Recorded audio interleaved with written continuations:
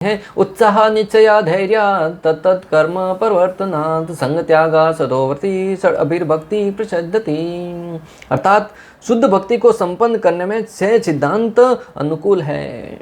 कौन कौन से हैं? उत्साही बने रहना, दूसरा निश्चय के साथ प्रयास करना, तीसरा धैर्यवान होना, चौथा नियामक सिद्धांतों के अनुसार कर्म करना यथा श्रवण कीर्तन विष्णु स्मरणम आदि, पांचवा अभक्तों की संगति छोड़ देना और छठा पूर्ववर्ती आचार्यों के शरण चिन्हों पर चलना। ये 6 सिद्धांत निसंदेह शुद्ध भक्ति की पूर्ण सफलता के प्रति आश्वस्त करते हैं। अगर आप शुद्ध भक्ति प्राप्त करना चाहते हैं तो आपको इन 6 सिद्धांतों को एक एक करके क्रमबद्ध तरीके से इनका पालन करना होगा। पहला क्या है? उत्साही बने रहना। मनुष्य को चाहिए कि भगवत धाम वापस जाने के इस सुअवसर को अत्यंत उत्साहपूर्वक स्वीकार करे। मनुष्य को चाहिए कि जो भगवत धाम जाने का ये सुअवसर है हमारे पास कृष्ण भावनामृत के द्वारा, उस अवसर को हाथ से जाने न दे। बड़े उत्साह के साथ उसको स्वीकार करना चाहिए कि हाँ, मैं जो शास्त्रों में विधि बताई गई है, जो हमारे आचार्यों ने कहा है, उस विधि का पालन करके निश्चित रूप से मैं भगवत धाम जाऊंगा। उत्साह के बिना कोई सफल नहीं हो सकता। जो अपने क्षेत्र में सफलता चाहता है, ऐसे विद्यार्थी, व्यापारी, कलाकार या अन्य किसी भी व्यक्ति को उत्साही बना पड़ता है। भक्तों, भगवत भक्ति तो छोड़ो, भगवत धाम तो छोड़ो, इस भौतिक जगत में अगर आपको कुछ सफलता प्राप्त करना है, चाहे वो व्यापार के क्षेत्र में हो, चाहे शिक्षा के क्षेत्र में हो, चाहे कला के क्षेत्र में हो, चाहे खेल कूद के क्षेत्र में हो, कहीं भी व्यक्ति को अगर सफल होना है तो उत्साही होना पड़ता है। अगर कोई व्यक्ति बड़ा स्पोर्ट्समैन बनना चाहता है तो उसको प्रातःकाल जल्दी उठकर कड़ी मेहनत करनी पड़ती है, बड़े उत्साह के साथ जाकर वहाँ पे अभ्यास करना पड़ता है। अगर कोई व्यक्ति 10 बजे तक बिस्तर में पड़ा रहता है, आलस्य की भांति मात्र स्वप्न देखता है कि मैं बड़ा क्रिकेटर बनूंगा, मैं बड़ा फुटबॉलर बनूंगा, बड़ा मैं ये इसमें ओलंपिक में सफलता हासिल करूंगा, क्या वो कर पाएगा? कोई व्यक्ति सोचता है कि मैं बड़ा बिजनेसमैन बनूंगा, बड़ा व्यापारी बनूंगा, बड़ा धनवान बनूंगा, परंतु उसके लिए प्रयास नहीं करता है, उत्साह नहीं है जीवन में कुछ कार्य करने के लिए, दिन रात एक नहीं कर देता है, जीवन में पूर्ण रूप से उसको ही जीवन का लक्ष्य नहीं बनाता है, तब तक वो उसमें सफल नहीं हो पाता है। कोई विद्यार्थी सोचता है कि मैं क्लास में प्रथम आऊँगा, मैं अपने राज्य में प्रथम आऊँगा, परंतु उसके लिए प्रयास तो करना पड़ेगा, जीवन में उत्साह तो होना चाहिए। बिना उत्साह के जब इस भौतिक जगत का कोई कार्य में सफलता हासिल नहीं होती तो आध्यात्मिक जीवन में कोई व्यक्ति निराश हताश बैठा रहेगा, बोले भगवान की मर्जी होगी तो मुझे प्रदान करेंगे, भगवान की इच्छा होगी तो बुलाएंगे, मैं तो बैठा हूँ। फिर हो गया राम नाम सत्य है, फिर मिल गए आपको भगवान, फिर मिल गया आपको भगवत धाम, फिर हो गया आपका कल्याण। इसलिए पहला सिद्धांत क्या है? उत्साही होना। उत्साह का अर्थ है कर्म, लेकिन यह कर्म श्री कृष्ण के लिए करना चाहिए। उत्साह का अर्थ क्या है? कर्म करना, परंतु कर्म कौन सा? कृष्ण भावना भावित कर्म। भौतिक जगत का कर्म करोगे बंधन में बन जाओगे, अगर कृष्ण भावना भावित कर्म करोगे बंधनों को तोड़कर मुक्त हो जाओगे। कृष्ण भावनामृत में बुद्धिपूर्वक किया गया प्रयास उत्साह कहलाता है। उत्साह की परिभाषा क्या है?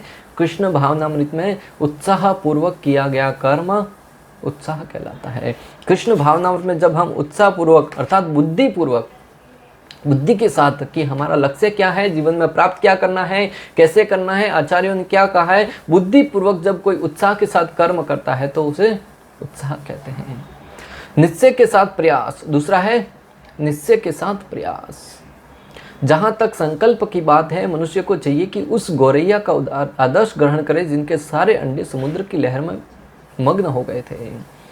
जहां तक संकल्प की बात है भक्तों, हमें दृढ़ संकल्प होना चाहिए कि मैं ये प्राप्त करके ही रहूंगा, भले दुनिया उलट पुलट क्यों ना हो जाए, भले आसमान है वो मेरे पर सर पर क्यों ना गिर जाए, परंतु मैं इसको प्राप्त करके रहूंगा। जब व्यक्ति के मन में, हृदय में ऐसा दृढ़ संकल्प होगा ना, उसकी सफलता ध्रुव है।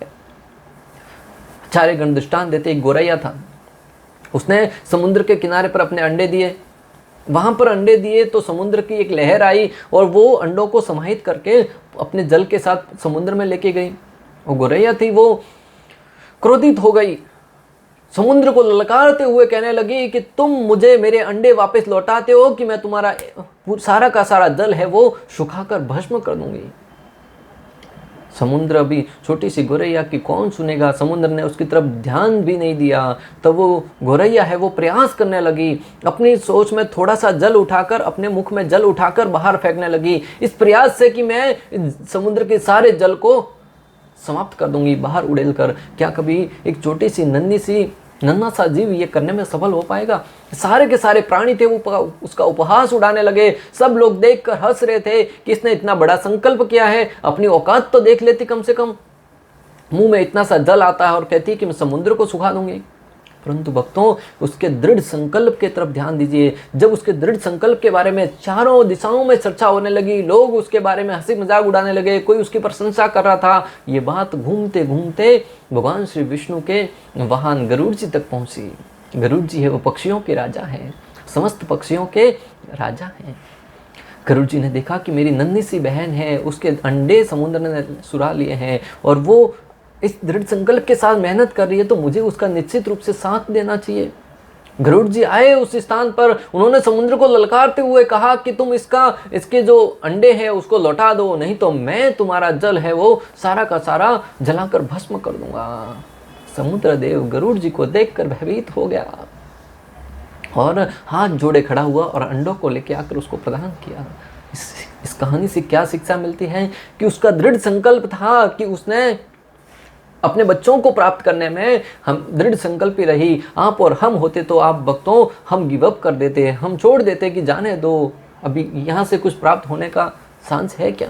नहीं है। परंतु इस कहानी से हमें शिक्षा लेनी चाहिए कि भले उसने वहाँ पे अपनी प्रयास को हमेशा लगा के रखा, उसी भांति हमें भी अपने क्षेत्र में जहाँ कहीं भी हम लगे हुए हैं, भले वो लक्ष्य असंभव सा प्रतीत हो, परंतु अगर शास्त्रों में प्रमाणित है, गुरु ने कहा है, तो निश्चित रूप से प्राप्त होगा। उस लक्ष्य पर हमें अडिग रहकर दृढ़ निश्चय के साथ लगे रहना चाहिए।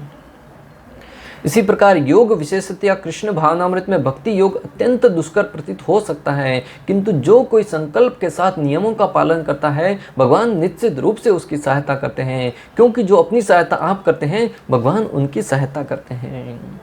उस गौरैया की भांति हमें भी अपने योग क्षेत्र में, कृष्ण भावनामृत में, अपने जो लक्ष्य है वो भले बहुत ही कठिन लगे, परंतु अथक प्रयास के साथ, अपनी मेहनत के साथ, उत्साह के साथ उस लक्ष्य को प्राप्त करने में लगे रहिए।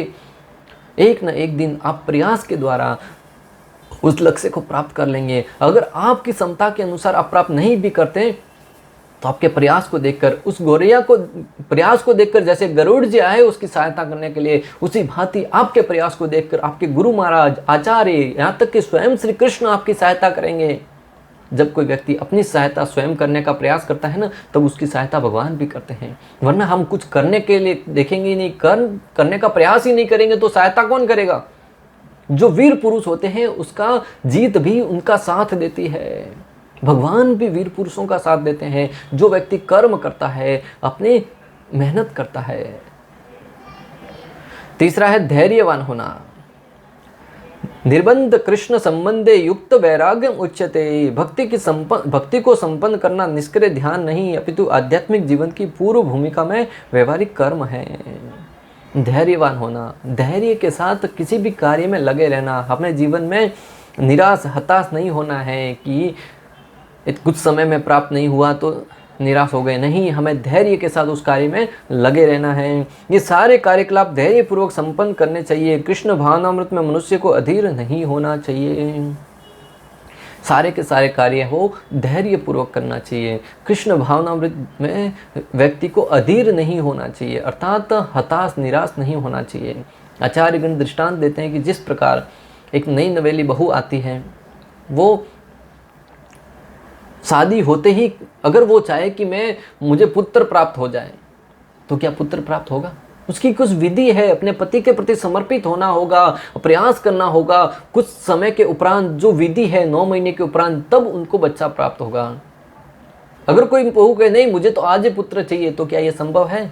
उसी भांति भक्ति में भी आपको सफलता प्राप्त करने के लिए धैर्य के साथ, जिस प्रकार वो पत्नी अपने पति की सेवा निष्ठा के साथ करती है, उसके हर एक कार्य में सहयोग करते हुए जब वो समय बीतता है, तब उसको पुत्र प्राप्त होता है, उसी भांति एक साधक को भी धैर्य के साथ, निष्ठा के साथ, उत्साह के साथ अपने कार्य में लगा रहेगा, भक्ति कार्य में लगा रहेगा, तब निश्चित रूप से सफलता प्राप्त होगी।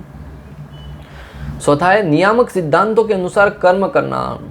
जैसा कि पहले बताया जा चुका है, मनुष्य को विधि विधानों को संपन्न करने में आलस्य नहीं करना चाहिए। अनेक प्रकार के नियम सिद्धांत बताए गए हैं, ये करना है, ये नहीं करना है, ये करना है, ये नहीं करना है। जो उन नियमों का पालन करेगा, नियम क्या है, क्या नहीं करना है और क्या करना है। क्या करना है, 16 माला जप करना है, शास्त्रों का पठन करना है, अनेक प्रकार के नशे की वस्तुओं से दूर रहना है, ये नहीं करना है। नशा नहीं करना, जुआ नहीं खेलना, मांसाहार नहीं करना, परस्त्री संग करना, ये कार्य नहीं करना है। और विधि विधानों का पालन करते हुए जब व्यक्ति नियमित रूप से 16 माला जप करेगा, भागवतम का अध्ययन करेगा, वैष्णवों का संग करेगा, भगवत भक्ति में लगेगा, भगवान की सेवा में समर्पित रहेगा, धाम दर्शन करेगा, पठन कार्य करेगा, तब व्यक्ति को सफलता होना निश्चित है। 5वां है संग त्यागा। भक्ति में सफलता के लिए मनुष्य को अवांछित लोगों की संगति त्याग देनी होगी।